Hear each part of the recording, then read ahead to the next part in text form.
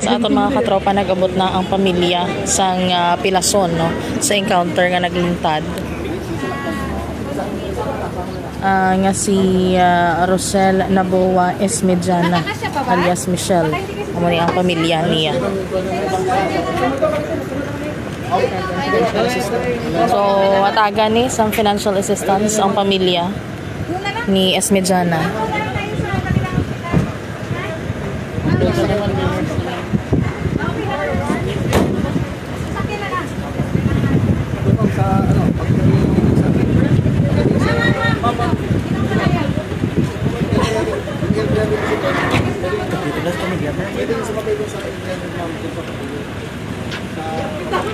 So sa liwat sa aton mga katropa, amo ni ang pamilya ni Esmediana, ang babae nga Pilason sa nagluntad nga encounter kahapon Pebrero 28.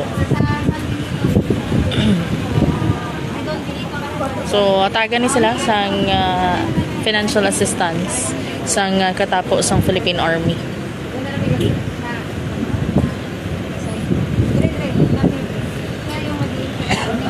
Atagan ni sila sang assistance sang Philippine Army kag magaupod ni sila sa ospital kay iga-transfer na ang babae nga Pilason, mga katropa. Ang babae nga Pilason ang ginapahayag platoon medic.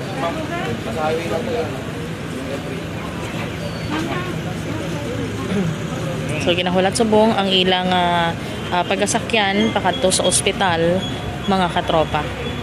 Again, live kita sa gihapon sa San Joaquin Mother and Child Hospital.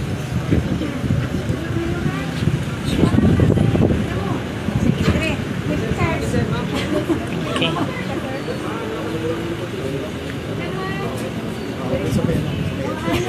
Ginobdan ni sila sang barangay official sa ilang barangay.